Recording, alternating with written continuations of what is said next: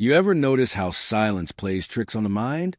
The moment you stop texting her and she stops texting you, it feels like the connection vanished.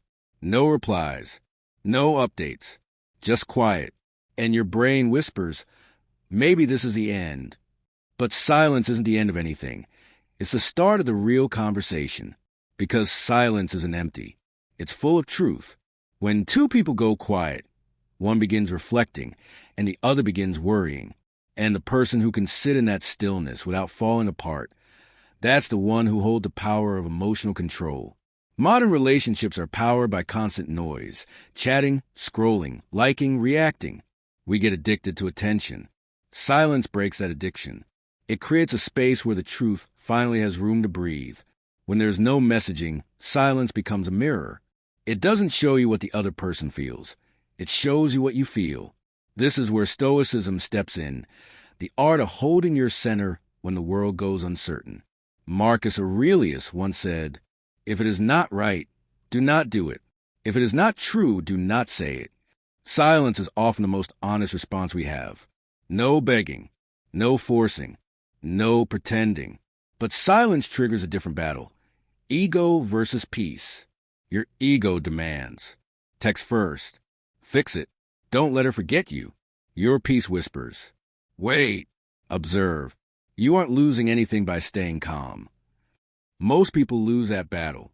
Overthinking kicks in. Did I mess up? Is she talking to someone else? Why isn't she reaching out? But this isn't a test from her. It's a test from life. In her world, silence also sparks a sequence. First relief, then curiosity, then uncertainty, and finally, missing the presence that used to be there. Sometimes people only understand a person's value when the noise disappears. Because silence isn't passive, it's active energy.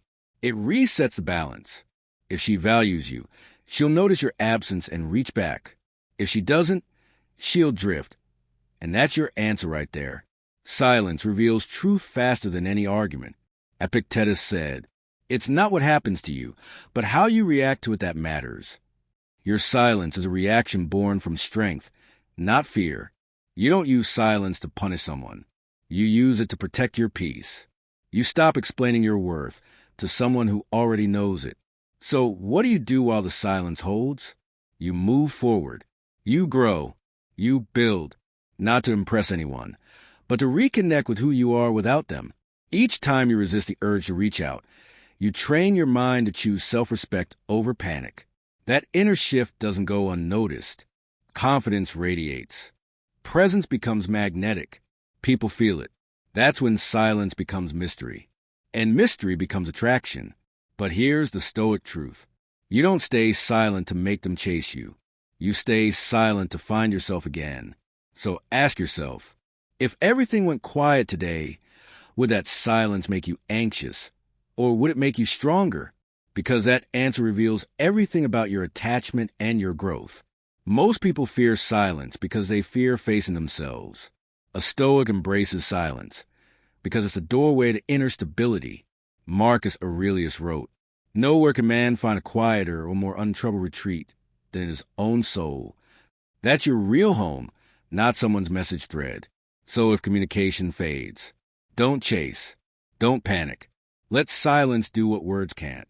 Sometimes silence doesn't end a story. It just reveals who was meant to stay in it. And through that process, you don't lose control. You master it. Silence is not the conclusion.